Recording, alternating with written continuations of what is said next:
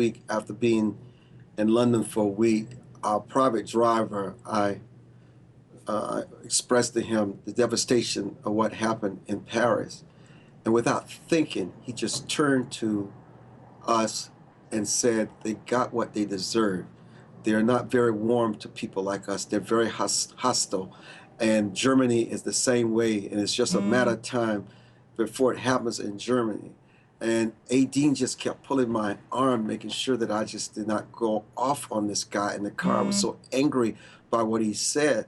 Then I asked him, well, what about 9/11? He said, well, your government was the reason for that.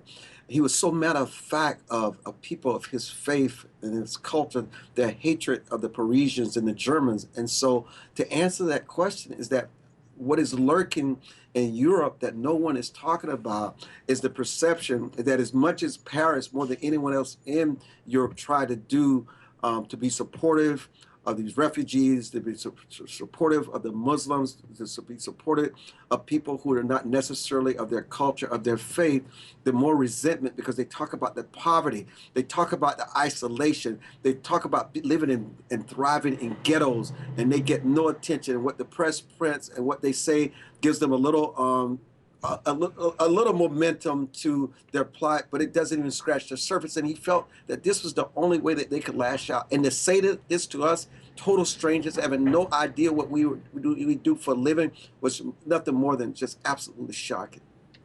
We'll be back with you two guys in a moment. But first, Egypt was targeted directly by Daesh when it was shot down a holiday jet this month. So what can the Arab states do? Well, let's speak to Nasser Kamal, who's the Egyptian ambassador in London, and before that served in Paris too.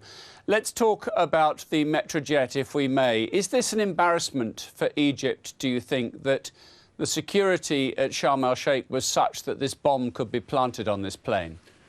I don't want to get into early conclusion about the how and exactly what happened. Of course, there is some strong indication that it was a bomb on this plane, but we're waiting always for the final conclusion of the international panel that is investigating this incident quite thoroughly.